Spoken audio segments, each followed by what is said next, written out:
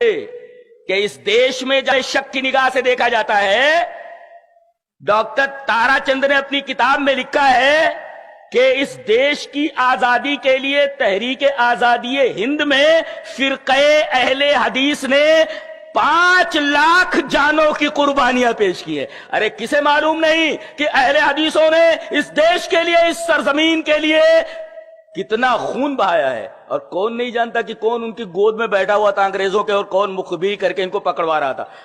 وہ حقیقت سے بالکل دور ہے۔ حضرت محمد حسین بٹالوی رحمۃ اللہ علیہ نے دیکھا کہ 50 سال سے یہ تحریک چل رہی ہے، اس کا نتیجہ کیا نکلا؟ اس کا نتیجہ کیا نکلا؟ اس طرح تو سارے اہل حدیث مار دیے جائیں گے۔ انہوں نے صرف اتنا کیا کہ انگریزوں سے اتنا کہا کہ آپ تو جو محاذ پر لڑ رہے ہیں ان کو بھی وہابی بولتے ہیں، جو اندر ہیں ان کو بھی وہابی بولتے ہیں۔